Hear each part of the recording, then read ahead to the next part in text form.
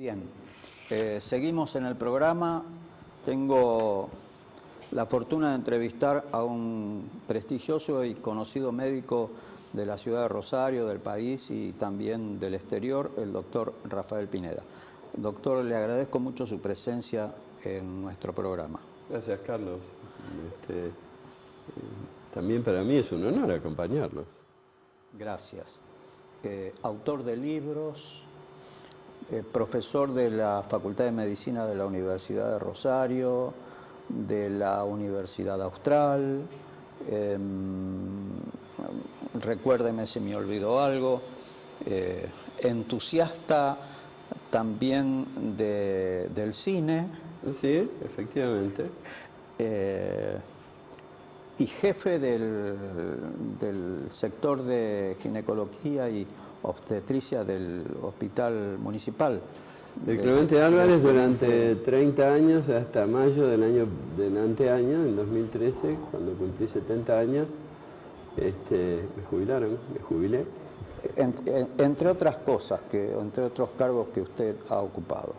Doctor, le quiero hacer la primera pregunta. Fuera de cámaras me decía, bueno, ¿qué pregunta? Sí, claro. Pero bueno, tratemos de buscar una respuesta. ¿Qué es la vida? Yo pensaba, después que usted me hizo esa pregunta, cómo contestarla. No es fácil, porque es una concepción puramente filosófica. Desde el punto de vista biológico, uno sabe cuál es la vida. Si a la mañana te miras al espejo antes de lavarte los dientes, te vas a dar cuenta que es la vida.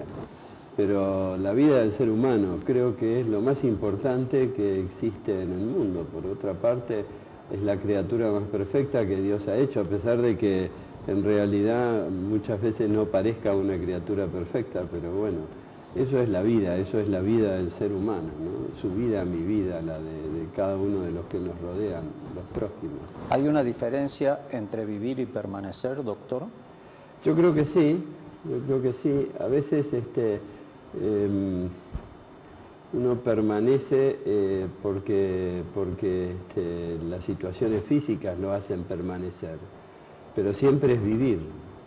Y vivir, bueno, es estar lo más activo posible y estar sirviendo a los demás lo más activamente posible. Por lo menos esa es mi idea, ¿no? Y comprometido con una causa, sobre todo. Lo que pasa es que uno tiene responsabilidades en la vida. Nadie viene al mundo de casualidad, en absoluto. De eso estoy absolutamente convencido. Y cada uno tiene una misión en la vida. Lo importante es primero saber descubrirla y después ejecutarla con responsabilidad. Y entonces en esa ejecución con responsabilidad está la pasión por hacer lo que uno hace, ¿no? Antes de que usted llegara al estudio, nosotros pasamos un video para ir entrando en tema sobre todo el proceso de la fecundación, de la gestación. Y la verdad que cuando uno observa esas cosas, dice, la vida en realidad es un milagro también. También, sin duda. Para mí la vida es algo sagrado, la vida en general. Doctor, usted se opone a la interrupción del embarazo. La palabra aborto por ahí no gusta demasiado. ¿Por qué? Porque la interrupción del embarazo significa interrumpir la vida y el primer derecho del ser humano es justamente ese, el de la vida. Todos nacemos y tenemos el derecho de vivir. Interrumpir un embarazo tempranamente, no tan tempranamente, es interrumpir una vida. Y eso no lo puedo concebir, como no puedo concebir la violencia que interrumpe la vida de seres humanos, no puedo concebir la guerra que interrumpe cientos de miles de vidas.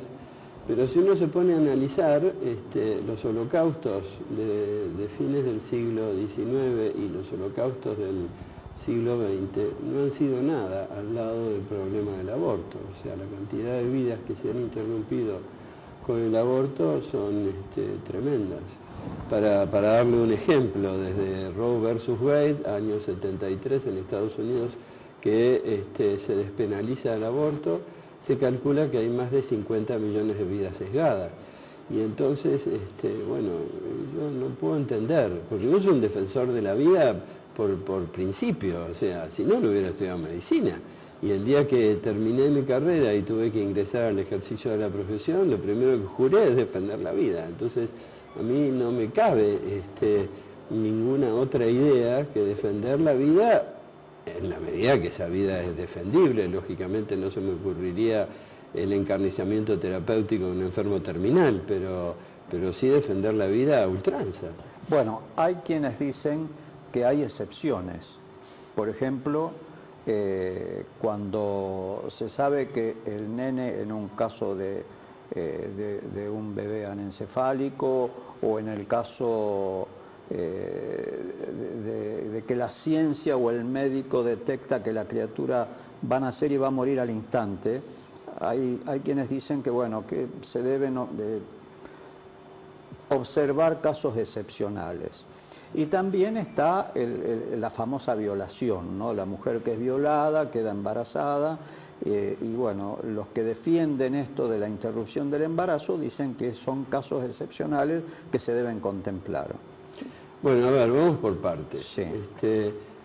Todas estas situaciones que usted planteaba al principio, anencefalia, enfermedades fetales que no van a llevar adelante al feto, yo creo que no se pueden interrumpir, porque son seres humanos que tienen derecho a vivir y a morir, y no a hacerlos morir. Hay una anécdota muy interesante, si me da un par de minutos. Sí. Jerome Lejeune, que fue el que descubrió la trisomía del 21, o sea, el síndrome de Down, y que debió haber ganado el premio Nobel por eso, y que nunca se lo dieron porque era un defensor de la vida, tuvo la oportunidad. Él era un pediatra que trabajaba en el área de la genética, estoy hablándole de los años 60, 70, o sea que ahí la genética todavía no estaba muy desarrollada, y sí había una orientación clínica frente a un diagnóstico. Él cuenta siempre, está escrito, que tuvo la oportunidad de ver a una mujer que tenía un bebé anencefálico, diagnosticado en aquella época por radiología, porque no existía tampoco la ecografía. Y entonces la mujer esta lo va a consultar a él, porque ella era un hombre de prestigio en París, y le dice: vea, a mí me han dicho que yo tengo que interrumpir este embarazo. Y entonces él le dijo: vea, no, usted no tiene que interrumpir el embarazo, porque su bebé anencefálico es un ser humano que tiene una malformación. Que esa malformación la lleve a usted a que este bebé nazca y muera. Bueno, la muerte puede producirse a los 90 años o puede producirse al nacer o aún dentro del útero. Entonces, la sugerencia de él fue que no se interrumpiera ese embarazo. Muchos años después, cuenta él, que esta mujer volvió al consultorio de la mano de una jovencita de 3, 4 años, rubia, muy bonita, la describe él, y él dice, como buen clínico, la vio entrar y dijo: esta chica no tiene problemas genéticos. Entonces la mujer le explicó que era aquella mujer que en realidad él le había sugerido que tuviera su bebé anencefálico. La mujer le confesó que tuvo su bebé, aunque ella no entendía por qué no podía interrumpir el embarazo. Y entonces le confesó que cuando nació su hija, su segunda hija, ella entendió lo que es tener un hijo y darle a ese hijo la vida y todos los cuidados que un hijo tiene que tener. Porque su primer embarazo, bueno, sucedió lo que sucedió, un anencéfalo nace y vive pocas horas y generalmente muere rápido, y esta hija, bueno, nació, creció, y entonces ahí se dio cuenta de lo que significaba un hijo reconocía esta mujer. Entonces, ese es un ejemplo muy claro. ¿Por qué un anencéfalo o un feto con malformaciones debe nacer y teóricamente morir? Porque es una vida humana que debe ser respetada aún en su enfermedad, aún en su patología. Respecto a la violación, el problema de la violación es un problema social que en ningún lugar del mundo se resuelve como debería resolverse, o por lo menos con el consejo que uno debería resolver una violación. Porque una violación no se puede resolver con otra violencia. O sea, interrumpir el embarazo en una mujer violada es una violencia tanto más grave que la violación en sí. Comprendo la situación de una mujer violada, entiendo que esa mujer debe ser apoyada, acompañada, sostenida, y su hijo, si ella eventualmente no lo quiere, dado en adopción en el tiempo del nacimiento. Doctor, perdón. Si usted tiene algo importante que decir al respecto, siga, si no lo interrumpo. Bien, interrúmpame. Yo soy una de esas personas, y a mí esto me parece significativo, muy importante, que creen que en el momento en que el espermatozoide transpone el óvulo y comienza el proceso de la vida, en ese mismo momento se encarna el espíritu de la persona. Esta es una creencia muy personal y muy acentuada en mí. Yo, leyendo y escuchando a personas hace muchos años, sabios, que yo siempre los recuerdo, me decían, en el momento en que el espermatozoide traspasa la pared del óvulo, ahí comienza la encarnación del espíritu. ¿Cuál es su visión al respecto? La misma, porque en realidad si eso que se concibe en un proceso que se inicia justamente en la penetración del espermatozoide, o para algunos no solo en la penetración, sino en la aproximación. Sí. Cuando el espermatozoide entra, el receptor del espermatozoide en la membrana del ovocito. Hasta que se forma el cigoto, esto es un proceso que lleva aproximadamente unas 20 horas, 18, 20 horas. El cigoto es un embrión de 2 células. Una célula va a dar origen al embrión, la otra célula va a dar origen a las membranas. Eso está absolutamente demostrado por la ciencia ya hace aproximadamente 10 años. Ese proceso es un proceso que no tiene interrupción, y que si a partir de ese proceso el resultado final es un hombre, una persona, usted o yo, y todos estamos imbuidos por un espíritu o por un alma, entonces no hay duda de que su creencia es una realidad absoluta. Y Tertuliano en el siglo II, fíjese, no había los avances biológicos ni filosóficos ni antropológicos que tenemos hoy. Tertuliano en el siglo II decía, no puede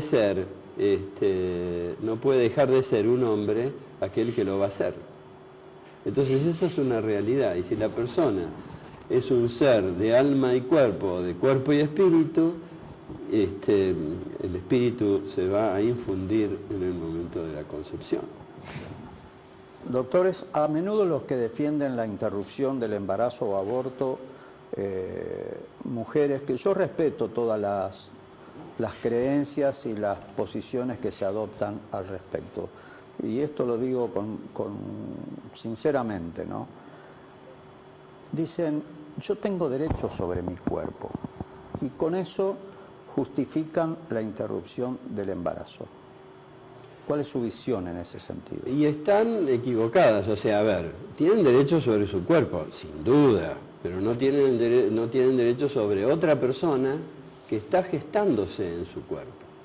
Esa es la gran diferencia, el gran error conceptual que existe en estas ideas, porque el embarazo durante 9 meses necesita de una madre para terminar de desarrollarse. El embrión, el feto, hasta nacer necesita de la madre. ¿Cómo la necesita después? Porque si usted deja a un niño sin asistencia, lógicamente ese niño al corto plazo va a morir. O sea que la relación del hijo con la madre es una relación perdurable que nace en el momento de la concepción y que se relaciona con ese embrión en el tiempo de su desarrollo, aún antes de la implantación. Esto científicamente está muy comprobado, muy informado. Hay un intercambio bioquímico de mensajes entre el embrión y la madre durante el tiempo en que el embrión todavía no está implantado. Entonces, la mujer es dueña de su cuerpo, siempre y cuando en sus decisiones no afecte a una tercera persona. Y esa tercera persona es el embrión, el feto, que se está desarrollando en su cuerpo. Por eso los límites de los respetos humanos terminan cuando empiezan los derechos de los otros. Se nos está acabando el tiempo. Usted es un médico dador de vida, como todos los médicos, pero en su caso un poco más por su especialidad. Es además objetor de conciencia. Sí. ¿Fue perseguido, doctor? He tenido problemas como los tienen mis colegas ahora, por ejemplo, si usted habrá visto en el Hospital Iturraspe hay un grupo de gente del servicio de ginecología que es objetor de conciencia, como lo fuimos nosotros en el tiempo en que yo dirigí el servicio. Yo soy el primer objetor de conciencia de la provincia de Santa Fe. Yo planteé mi objeción de conciencia ante el primer protocolo del Ministerio de Salud Pública de la Nación para el aborto no punible, año 2006. En realidad, ahí no tuve problemas, pero en mis últimos años de dirigir el servicio sí lo tuve. Y tuve la sensación de una separación informal de las decisiones. Pero yo con mucha alegría puedo decir que en ese momento, y no por influencia personal, todos mis médicos eran objetores de conciencia y tengo entendido que buena parte de la gente que sigue trabajando hoy en el servicio sigue siendo objetor de conciencia. Doctor, le voy a contar algo breve y ya nos tenemos que ir. Bien. Yo le agradezco su presencia. Le agradezco también que haya atendido usted a mi hijo, que no quiero emocionarme, que perdió, no digo 2 embarazos, porque yo aprendí algo. Los embarazos no se pierden, los que se pierden son hijos que aún no han nacido. Usted nos ayudó en su momento a salvar esa situación que tanto a mi hijo como a mi querida nuera los tenían muy mal, una pérdida de varios hijos. Le quiero mostrar una foto. A ver. Allí la ve. Se llama Merlina y es la hija de mi hijo, mi nieta. ¿Es su primera nieta? Es mi primera nieta. Muy bien. Me alegro por lo que significa un nieto, por lo que significa una vida, por lo que significa un hijo. Hace 47 años de trabajo para eso. Yo le pido perdón a la audiencia, a los televidentes por esta cholulada, pero para mí es muy importante. Y le quiero contar algo y nos vamos.